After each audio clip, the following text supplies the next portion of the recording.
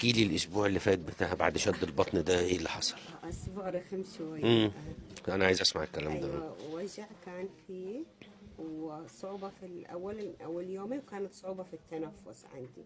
عشان بعدين جيت خففوا لي شوية من هنا، وبعدين بقيت تمام أحسن.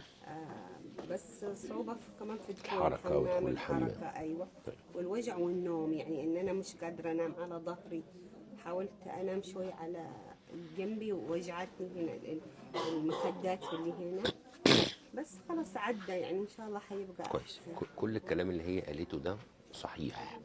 يعني بعد عمليه شد البطن المريض بيجد صعوبه في النوم وفي ايوه، انه يتقلب وانه يدخل الحمام وقصه النفس دي. ايوه، لان انا ببقى مخيط العضلات وملبس الكرسي ضيق اكن حد عامل كده. ايوه، ايوه طبعا. لحد عشان كده بنديكي الكور دي تقعدي تنفخي فيها ايوه، تمرينات التنفس، منها بتزود ان الرئه نفسها تتنفخ وتتملي اكسجين وتعمل ادابتيشن للوضع الجديد بتاع الكبسه اللي احنا ايوه عاملينها دي.